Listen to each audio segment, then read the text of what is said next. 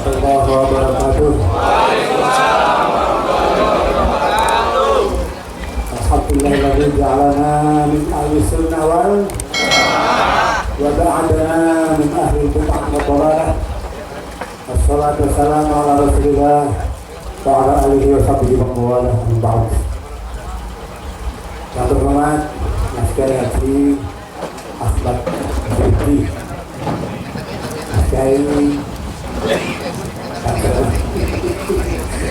Ahmad Zaini, dan para komandan kantor yang se-Kabupaten Tegal masing-masing. Dulu namanya Ansarullah, Ansarullah Nahdlatul Ulama, ulama gitu ya. Dibandingkan dengan ansarnya Nabi Isa alaihissalam, jauh sekali ansarnya Nabi Muhammad SAW. Ketika ansar yang ada dalam bingkai kehidupan Nabi Isa, Nabi Isa memiliki banyak santri, banyak bangsa, tapi dipilih yang 70. Dari 70 dipilih lagi yang 12. Mungkin sekarang di dalam ansarnya lagi. Di sana ada yang namanya Yahya bin Zabdi, ada namanya Petrus yang artinya adalah batu pondasi. Mereka dikumpulkan oleh Nabi Isa untuk mengelilingi beliau, untuk mengawal beliau. Kemudian ada seorang di antara 12 ini yang na'udzubillah berkhianat. Namanya Judas Iskariot atau Yehuda. Sebelum itu Nabi sudah tahu. Nabi Isa tahu. Falamma khasya Isa minhumul kufra faqala man ansari ilallah qala al-hawariyuna nahnu ansarullah. Ketika Nabi Isa merasa di antara 12 orang ini ada yang akan berkhianat, menjual gurunya Nabi Isa dengan uang 30 dinar, Nabi Isa mengatakan begini, siapa di antara kalian yang berani menjadi ansor?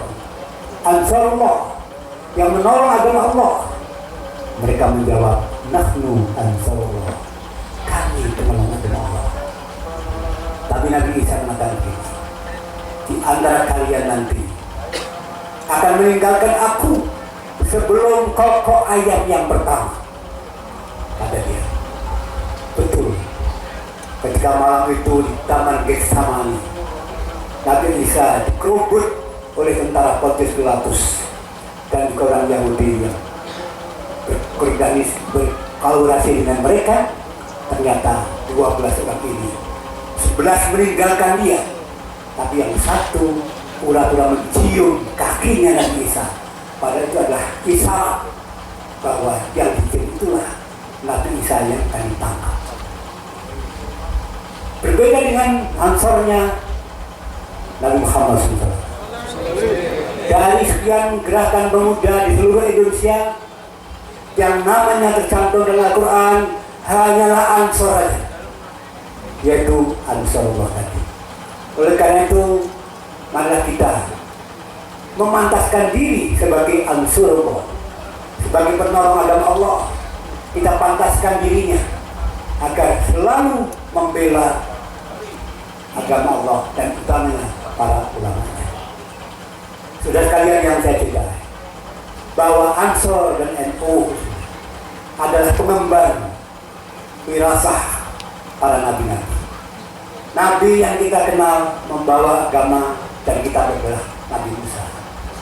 Nabi Musa membawa hukum baru, tapi tidak cukup dengan itu. Nabi Musa karena orang Yahudi, maka dia berbahasa Ibrani. Bahasa Ibrani ini mirip sekali dengan bahasa Arab. Bagian miripnya bahasa Indonesia dengan bahasa Malaysia. Orang Indonesia mengatakan mau kemana? Al Malaysia bagaimana? Nak kemana? Kalau orang Arab mengatakan Ibrahim, mereka apa? Abraham. Kalau orang Arab mengatakan Yusuf, mereka apa? Yosef. Kalau orang Arab mengatakan Maryam, mereka apa? Maryam. Kalau orang Arab mengatakan Yahya, mereka John. Kalau Tegal, Jono. Ini Jono. Iya kan? Karena sama-sama bahasa seperti itu, maka begini. Saking dekatnya antara Arab dan Israel, satu keluarga. Jangan lupa bahwa Israel itu nama lain Nabi Yakub. Nabi Yakub itu siapa? Ponakan dari Nabi Ismail alaihis. Jadi Israel, Ismail. Ismail itu artinya mendengar kata-kata Allah. Israel dan kata itu. Jadi Israel dengan Ismail itu ponakan dan ini. Tapi Nabi Musa tidak cukup dengan kitab Taurat. Dia bisa mengalahkan Raja Fir'aun dengan tukang sihirnya. Itulah sebabnya Nabi Musa diikuti banyak orang karena memiliki trending topik yang memang dibutuhkan pada waktu itu. Dengan bisa mengalahkannya kepada Nabi Raja Fir'aun itulah kemudian pengikutnya semakin banyak. Demikian juga setelah ganti Nabi Isa alaihis, ketika itu orang-orang sedang gandrung tentang bagaimana ilmu pengobatan. Maka Nabi Isa tidak cukup dengan kitab Injilnya, tapi dia berikan kesempatan Allah dan mukjizatnya, yaitu bisa menghidupkan orang mati. Sehingga ketika ada anak yang meninggal dunia namanya Lazarus, ibunya marah-marah menangis, datanglah Nabi Isa dengan mengatakan begini, Lazarus, bangkit kamu, bangkitlah Lazarus. Maka dengan demikian orang banyak mengikuti kepada Nabi Isa alaihis. Begitu pula Nabi Muhammad SAW. Ketika beliau diutus, beliau hidup di zaman modern. Maksudnya zaman itu modern. Bagaimana? Ketika itu orang sedang gandrung soal puisi, soal prosa, soal retorika, pidato yang baik, sains, teknologi, dan sebagainya. Maka Quran jadilah seperti itu. Mukjizat Al-Quran bisa dibuktikan oleh seorang teknolog, seorang filosof, seorang ahli sains, seorang ahli sastra, dan sebagainya. Karena memang Nabi itu membawa sesuatu dari topik yang bisa dimiliki oleh orang banyak dan dibuktikan kemujizatan dari mereka. Nah, dari Nabi ini dibawa ke Indonesia. Saya singkat saja nih. Di Indonesia ini oleh para wali, kemudian oleh para wali disampaikan kepada bangsa Indonesia Nusantara waktu itu yang belum beragama Islam. Mereka masih Hindu dan Buddha, animisme dan dinamisme. Maka bagaimana cara beliau? Mereka menggunakan budaya yang dilekatkan pada orang-orang itu, sehingga yang tadinya Hindu Buddha tanpa terasa mereka sudah menjadi Islam. Bagaimana caranya? Dilupakan mudah sekali, dengan sangat mudah. Contohnya bagaimana? Anda melihat masjid di Mekah nggak ada serambi, betul? Betul nggak? Madinah nggak ada serambi. Bahkan Madinah itu masjidnya saja tidak ada atapnya, kecuali sedikit atap itu untuk ashabus sufah. Di sana ada Abdullah dan kawan-kawannya yang tinggal sebagai pondok di sana. Ya, tidak ada serambi. Tapi di Indonesia diadakan masjid dan serambi. Untuk apa serambi itu? Untuk budaya. Di sana ada wayangan, di sana ada tari ambu, di sana ada apa? Semuanya ada menuju ke Islam mereka. Contohnya tari ambu. Tari apa itu? Tari orang uduk.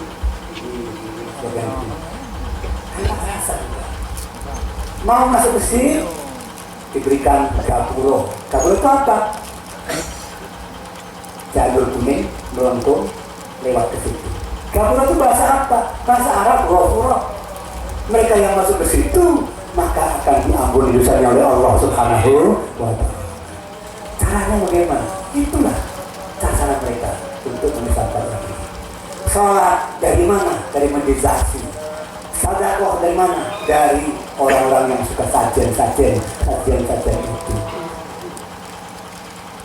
Puasa apa? Ramadannya itu diangkat oleh mereka sebagai bagian dari Islam itu.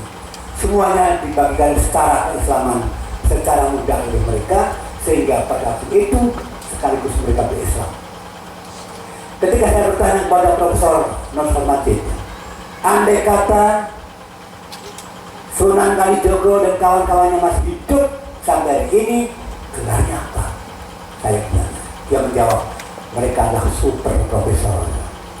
Saking pinternya itu. Masa dalam jangka puluhan tahun sudah menjadi Islam seluruh Indonesia, menjadi 90% orang Indonesia, orang Nusantara menjadi Islam. Alhamdulillah. Kita mengislamkan satu orang, tidak bisa kok. 2 orang, 3 orang, susah kok. Mereka mengislamkan begitu rupa dalam jangka waktu yang hanya puluhan tahun itu. Tapi kemudian datang penjajah, ada orang Portugis yang membuat gereja pertama tahun 1606 di Goa di Makassar. Tahun 1606 itu satu gereja. Sekarang berapa gereja? Banyak kan? Banyak. Itu. Kemudian mereka bagaimana caranya? Para kiai, para ulama waktu itu menggunakan sentra-sentra pondok pesantren sebagai perlawanan kepada penjajah. Kita bisa melihat hampir semua pondok pesantren waktu itu pasti jauh dari kota. Kenapa? Karena kalau siang hari mereka mengajarkan kitab-kitab kuning, kitab-kitab filsafat, kitab-kitab fikih dan sebagainya, malam hari ngangkat senjata, ngangkat geranggang, ngangkat tombak, ngangkat bambu runcing dan sebagainya untuk mengusir penjajah dari bumi Indonesia. Ini yang ngomong bukan saya. Ini yang ngomong adalah seorang sejarawan tingkat internasional. Namanya Profesor Dr. Donald Eden Smith. Siapa namanya? Smith. Ya, Smith itu ya. Dia ngomong gini, the ulama scholar of Islamical Pledge Majorul in Indonesia Strategic Liberalism. Makanya nggak boleh begitu. Nggak tahu ya bahasa Inggris.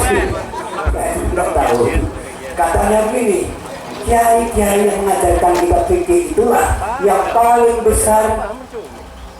paling besar jasanya untuk menyingkirkan penjajah dari bumi Indonesia. Ini adalah diakui oleh orang-orang luar sealam dunia ini. Nah, kemudian ketika pondok pesantren mulai diganggu oleh penjajah, tiap ada pesantren bisa ada pekol tebu, ada pabrik tebu dan sebagainya. Untuk apa? Supaya mereka tidak ke pondok, tapi mereka bekerja hampir terbuir di mana saja ada pondok, ada pabrik kertas, pabrik apa dan sebagainya, sehingga mereka menjadi banyak yang tidak pondok. Karena itu para ulama punya ideologi, punya ide untuk apa? Untuk kemudian mendirikan Jamiah Nahdlatul Ulama, pondok yang tidak beratap, pondok yang tidak bergedung, tapi di mana saja Nusantara ini dipenuhi dengan orang-orang Nahdlatul Ulama dengan ansarnya ini. Ini adalah taktik mereka seperti itu. Di samping waktu itu, tahun 1924 terjadi pergolakan di Saudi Arabia.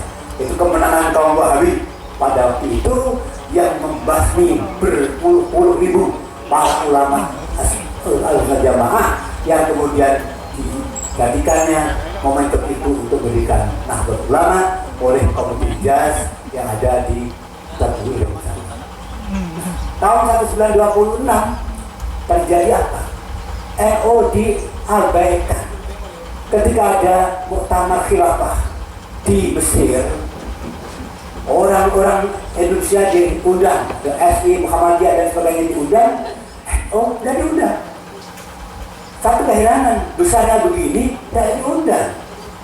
Ibarat orang kondangan, tidak diberi undangan. Ibarat orang berduri, tidak diberi undangan. Kenapa?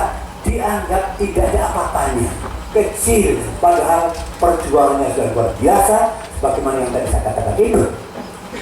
Oleh karena itu, para kiai pada waktu itu membuat komite Hijaz.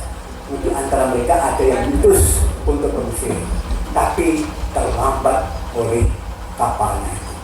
Tahun 1927 ada lagi yang namanya khilafah yang ada di Arabia. Tidak itu lagi. Tapi NU kemudian datang sendiri ke Hijaz, menghadap kepada Raja Saud waktu itu, memohon 3 hal. Yang pertama, agar orang-orang Indonesia khususnya dari jamaah NU bisa menjadikan mazhab sebagai cara beragama Islam. Yang kedua, mohon supaya kubur Nabi dengan keluarganya tidak disingkirkan dari Madinah. Yang ketiga, agar bisa mengakses kitab-kitab kuning yang menjadi wirasah Islamiyah pada waktu itu. Tapi hanya satu yang diberikan kepada NU, yaitu mereka boleh menggunakan mazhab sebagai metode dan berislam mereka. Ini perjuangan Nahdlatul Ulama itu. Nah, pada waktu itu orang NU tidak mau membuat sekolah-sekolah. Yang mau siapa? Kawan kita dari Muhammadiyah. Mereka membuat HIS Muhammadiyah di Yogyakarta, Holland Ilan School di Yogyakarta, ada Biulu Muhammadiyah dan sebagainya. NU nggak mau. Kenapa nggak mau? Karena dianggap menyerupai Belanda.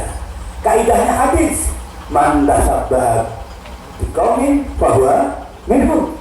Barang siapa yang menyerupai satu kaum, maka dia bagian daripadanya. Kalau dia menggunakan sekolah berarti dia Belanda. Kalau mereka membawa celana berarti Belanda. Pada waktu itu, kalau dengan membawa topi itu Belanda. Kalau pakai dasi itu Belanda. Maka nggak boleh mereka menggunakan itu. Pada waktu itu haram pada waktu itu. Nah, begitu masuk kemerdekaan, mau masuk kemerdekaan, NU luar biasa aktif sekali. Meskipun tidak mau menjadi anggota DPR Belanda, tidak mau menjadi Volkswagen Belanda, karena mereka memang anti Belanda, tidak mau sama sekali. Tapi ketika mau ada persiapan kemerdekaan, NU duduk di forum di konsorsium di Tosakai tadi. Setelah itu mereka masuk aktif sekali. Antara lain adalah Kiai Hasyim Asy'ari sendiri, kemudian juga misalnya Abdul Wahid Hasyim dan seterusnya itu. Nah, hampir merdeka hari esok, tanggal 17 Agustus 45, malamnya itu ada telepon dari daerah timur, yaitu daerah timur sana, kepada pada Wapres, calon Wapres Muhammad Hatta, yang intinya mereka tidak mau merdeka kalau di dalam undang-undang dasarnya itu ada kata-kata dengan kewajiban menjalankan syariat Islam bagi pemeluk-pemeluknya. Mereka belum di NU paling berpengaruh di situ. Kontribusi yang besar dari NU adalah menggunakan perumusan kata-kata dengan menggunakan kata-kata yang lebih soft, yaitu berdasar ketuhanan yang Maha Esa, alias la ilaha illallah, sama dengan qul huwallahu. Begitu saja mereka mau, akhirnya bisa merdeka di tanggal 17 Agustus 45 pada jam 10.05 pagi. Alhamdulillah, waktu kemerdekaan pun nuansa keislaman sangat-sangat bagus, yaitu setelah membaca Undang-Undang Dasar 45, setelah ada pengedaran bendera putih, maka dibacakan Al-Quran surat Al-Ahzab oleh Ibunda Fatmawati Soekarno. Artinya bahwa kemerdekaan Indonesia lengkap dengan Al-Quran. Kemerdekaan Indonesia tidak lepas dari perjuangan umat Islam khususnya bersama agama-agama yang lain. Itu. Tahun 1946 terjadilah yang namanya edaran Wapres waktu itu untuk membuat partai politik. Akhirnya NU mau bergabung dengan orang Islam lainnya. Ada Muhammadiyah, ada SI, Perti, Jamiah Wasliyah dan sebagainya, bergabung satu partai, namanya Partai Masyumi, Majelis Syura Muslimin Indonesia. Tapi aneh dan ajaib, begini banyaknya NU, begini banyaknya Ansar Banser, tapi kursinya hanya 8. Padahal banyak sekali. Nah, ketika itu bahasa kita ya agak protes lah kepada Raden Saleh namanya, seorang residen di Solo. NU mengatakan begini, Mas siapa? Mas Uri ya. Kami diberi tambahan kursi, bukan uangnya, bukan kursinya, suaranya, karena tidak terasa sampai ke pusat Jawabannya ngekik. Nggak perlu lah, no. Itu cukup apa? Ya, bawa bungkul, kletek, tahu banyak ya? Ini kayu ini apa namanya? Gabyak. Pakai gabyak, kalung sarung gitu ya. Bawa tasbih, unter-unter apa? Tasbih. Kok begitu jawabannya? Oh, cukup sensitif kalau begitu. Makanya malah menyatakan keluar dari Masyumi tahun 1952. Begitu ditinggalkan NU, Indonesia goncangnya luar biasa. Kenapa? Ketidakseimbangan waktu itu antara Masyumi dengan TNI, dengan PKI goncangnya luar biasa. Akhirnya ketika Pak Karno mendirikan yang namanya Nasakom, Nasional Agama Komunis, NU mau bergabung. Orang bertanya-tanya, NU ini apa sih? Kok menyatu dengan komunis barang? Oh, nggak tahu mereka. Menyatu itu adalah menyeimbangkan keadaan yang sedang tidak terkontrol kehidupannya. Apa alasannya? Alasannya adalah apa yang tidak bisa diraih semuanya, diraih sebagiannya. Ya. Ini adalah kaidah-kaidah Islam untuk menggapai sesuatu. Akhirnya apa? Begitu ada masuk ke Nasakom, mulai tenang. Tapi masuk terus untuk dengan Pak Karno. Sehingga tahun 56 Masyumi dibubarkan, termasuk HMI dan sebagainya dibubarkan semuanya. 59 terjadi yang namanya konstituante, sidang sebagai Istanbul. Apa? Membuat dasar negara. Orang Islam sudah bersatu, yang Muhammadiyah, yang SI, yang apa bersatu dengan NU dan sebagainya. Ternyata votingnya hanya 46,7%. Jadi itu kalah semuanya. Akhirnya dengan besar hati NU tetap kembali kepada negara Kesatuan Republik Indonesia. Begitu tahun 65 terjadi pemberontakan G13 Bekasi. Apa yang terjadi pada NU? Yang lainnya masih diam.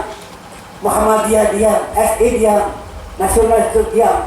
Yang pertama berani berpidato namanya Dr. Andes Muhammad Jambroni, Ketua PMI, pada tanggal 3 Oktober dia berpidato bahwa supaya pemerintah membubarkan PKI waktu itu. Jadi ada orang kata NU dengan tidak. Kalau diketahui itu kan menyeimbangkan aja. Sekarang juga begitu. Masih ada orang-orang NU yang dicap sebagai orang PKI seperti tidak. Sampai Presiden Jokowi macam-macam dia tidak seperti itu. Nah akhirnya tahun 65 itu Oktober itu akhirnya apa? Terjadilah yang namanya sidang Islam MPRS tahun 1967. Pada waktu itu NU hampir jadi wakil presiden. Karena Pak Harto yang angkat itu kan itu. Sidang istimewa MPRS tahun 67 yang mengusulkan supaya Pak Harto sebagai pejabat presiden adalah seorang anggota DPR NU dari Medan namanya Nurdin Lubis. Siapa namanya? Nurdin Lubis. Dia usul bahwa untuk menjabat presiden adalah Pak Harto. Begitu sudah diangkat oleh NU, diminta supaya pemilu diundur terus, diundur. Karena apa? NU ditawari nggak mau. Sudah, pemilihnya besok datang. Yang penting sekarang saya dirjen, Anda wakil. NU agak GR lah. Apa jawabnya? Lebih baik milih dulu Pak Harto. Apa milih dulu? Pak Harto sebagai seorang tentara jenderal diundur sambil menyusun kekuatan yang namanya Sekber Golkar. Ya, dibuat itu. Akhirnya terjadilah pemilu tahun 1971. Tahun 1 NU sudah hampir habis. Karena banyak yang dibawa ke kantor polisi, kokin dan sebagainya. Makanya NU tinggal 80%, tapi yang terbanyak paling mesti tinggal 4% atau berapa ya? NU berapa? Kecil sekali. Tinggal 2 itu yang besar. Golkar dan NU saja.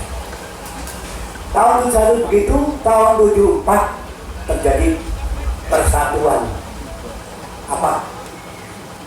penggabungan, fusi antara partai-partai. NU ikut dalam Partai Persatuan Pembangunan, namanya P3. P3, kemudian Golkar, kemudian PDI. Tiga ini. Setelah tiga ini, ternyata orang NU habis. Kenapa? Menteri Agama waktu itu yang di sana kumpulannya orang NU dari ujung Jakarta sampai manapun juga, ternyata dihabisi Ulkar. Habis. Menteri yang tadinya NU, Muhammad Dahlan namanya, diganti Profesor Dr. Muti Arif yang dari Muhammadiyah. Ganti semuanya. Sekjen ganti, Irjen ganti, Dirjen ganti, Kanwil ganti, semuanya diganti. Habis sudah NU. Banyak orang yang NU yang tidak mau mengatakan NU, nggak berani sama sekali. Kenapa? Kalau menyatakan NU dibuang sampai ke Wonogiri, sebagai pegawai negeri begitu, dibuang kemana dan sebagainya. Akhirnya apa? Akhirnya mereka diam. Nah, mulai ada apa? Gagasan-gagasan kembali kepada Khitoh tahun 1926. Caranya bagaimana? Itu. Ketika seorang peneliti dari Amerika namanya Sidney Jones meneliti gambar NU dari Sabang sampai Merauke, tinggal dua, yang satu di Jakarta, yang satu di Surabaya. Hanya habis, Tegal nggak ada, Wonosobo nggak ada, mana-mana nggak ada, habis sama NU. Orang nggak berani mengatakan NU. MI mengantar semuanya. Kenapa? Tidak diangkat dulu. Kalau ada MI di sini, depannya ada tanah bengkok, dibuat FI-Invest. Politik pendidikannya seperti itu, habis sudah. NU hampir habis, tidak ada apa-apanya. Adapun saya sudah remaja seperti ini, saya mengerti itu, sudah berani pidato saya waktu itu. Belakang saya ada kokangan senjata. Nah, ketika kembali kepada 31, orang NU kemudian kembali ke Khitoh tahun 84. Nah, di sanalah mereka mulai bisa bergerak lagi. Meskipun orang NU juga terpecah jadinya. Ada yang di P3, ada yang di Golkar, ada yang di PDI. Oh ini saya nggak tahu sekarang ini. Monggo, ya. Silakan aja. Nah, pada waktu itu orang hanya bisa melihat. Waktu itu kan zamannya Ka'bah. Waktu itu tidak juga ya. Orang ketika pidato, saudara, bagaimana saudara mengucapkan niat sholat? Usolli kaum berduri, arba'an panati mustaqbil ta'ambati. Oleh karena itu jangan kamu menusuk beringin. Karena apa? Quran mengatakan la taqraba hadhihi syajarata fatakuna minadh dhalimin. Kamu jangan dekati pohon ini, pohon beringin. Yang Golkar cari, ada enggak ini? Ada. Apa Quran? Laqad radiyallahu hal ini edyubayyinaka tahta syajarati. Allah ridho kepada kalian karena kamu beat di bawah pohon beringin. Yang berdiri kasihan jadi gak punya dalil. Ada dalil innallaha ya'murukum an ta'budu baqarah. Sesungguhnya Allah perintah kamu untuk menyembelih sapi kan gitu. Amin gitu. Akhirnya setelah itu jadilah namanya reformasi. Kan saya ngomong reformasi di pondoknya tadi. Reformasi. 98 Pamela Sumba 350.000 mahasiswa ke Senayan. Di sana sudah masuk ke gedung Senayan. Maka terjadilah berbagai macam pembunuhan dan sebagainya. Akhirnya jam 9 pagi tanggal 20 Mei tahun 89, Mei 98, katakanlah Pak mantan Wapres namanya Pak Sutisno pada Pak Harto.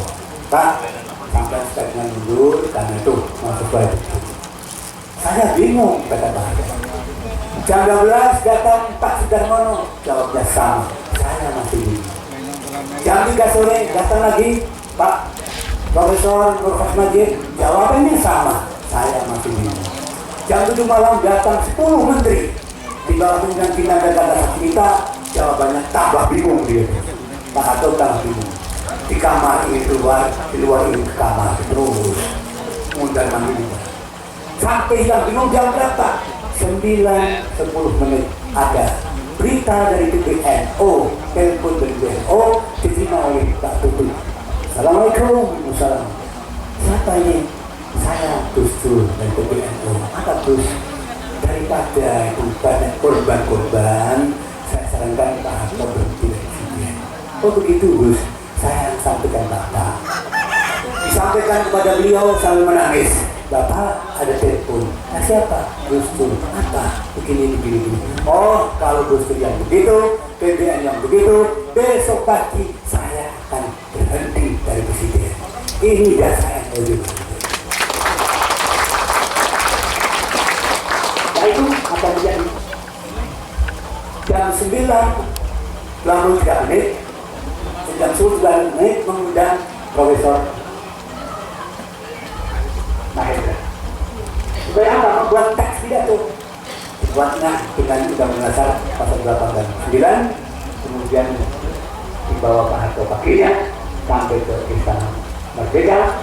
Di sana dibacakan jam 9.05 menit beliau berpidato.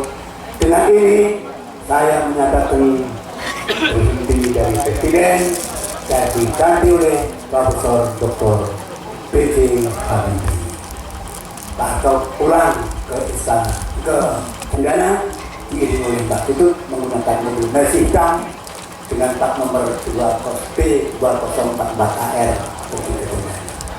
Kami sana 2 bulan kemudian Bang Undahar pendiri Pondok Pesantren diundang Pak Harto. Nah jadi 3 orang dari Habib, putranya sendiri, pakai dan saya untuk datang ke tempat Pak Harto 2 bulan setelah beliau lengser. Belum ada partai apapun kecuali 3 itu, belum ada, hanya 3 partai itu. Tapi sana ngomong-ngomong dan sebagainya, alhamdulillah saya pulang dibeli amplop. Belum pernah lihat uang seperti itu. Kerabatnya Pak Harto mesum semua. Jumlahnya ada 10 juta berarti. Kok besar sekali? Lalu mampir ke tempat Gus Dur. Di sana Gus Dur gerak-gerak. Saya menceting begini. Gus Dur bilang, Mbak, ada tamu. Ada tamu. Dari mana? Saya pun kaki waktu berdoa. Apa? Ini kurang mimpi kok kapan dulu. Mimpi apa itu? Mimpinya itu ono gendera merah putih, jadi gendera hijau, tulisannya Darussalam. Nah itu apa maknanya? Lalu jawab gampang mana maka jawabannya? Jawaban pulau tadi dapat presiden. Saya dapat presiden. Saya kesampean aja. Nah itu Bang Undahar tanya saya. Apa saya enggak? Betul saya. Saya percayanya kapan? Tanggal 20 Oktober 1999 dilantik ke presiden. Itu ungkapan beliau. Nah, udah dan seterusnya. Kenapa kita tegas seperti itu? Untuk menjadikan kita sebagai orang NU penganjut sebuah ideologi agama yang namanya Ahlussunnah wal Jamaah. Banyak kritik-kritik pada bangsa kita ini, negara kita inilah Ansor tidaklah bisa menjawabnya dengan baik. Saya ingin sedikit sebutkan begini, bahwa negara Indonesia ini oleh Kiai Haji Hasan Asy'ari dan kawan-kawannya NU sudah dicap sebagai negara yang Islami.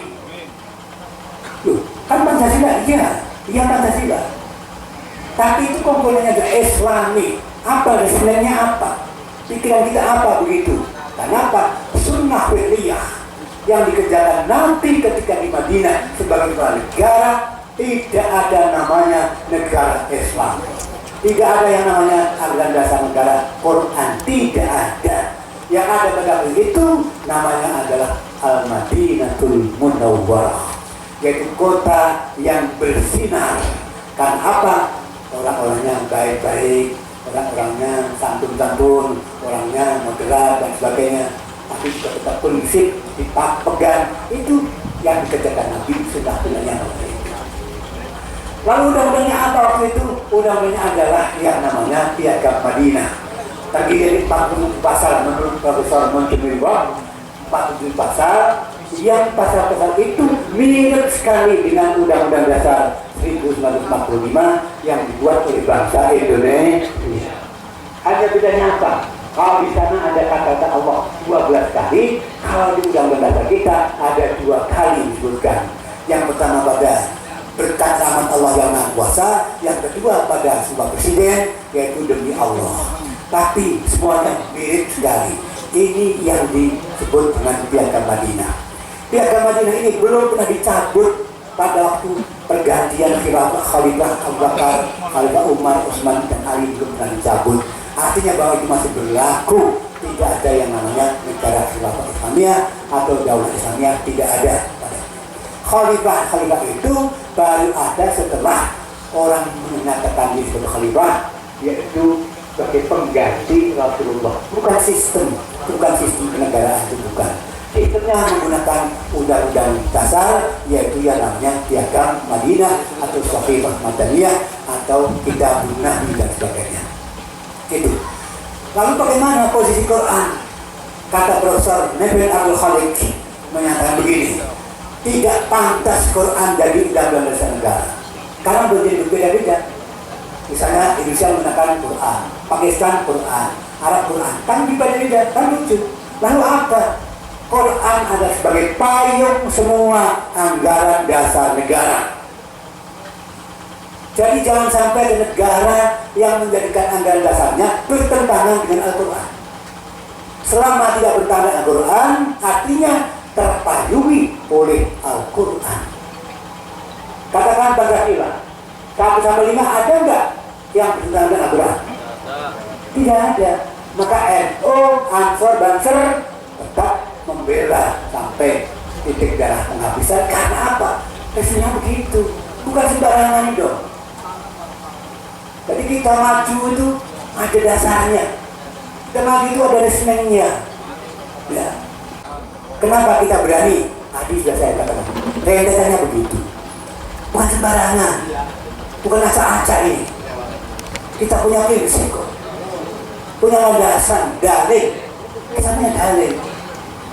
Terus itu jangan sampai kendor kita dalam berdebat dalam Nahdlatul Ulama dan Ansor.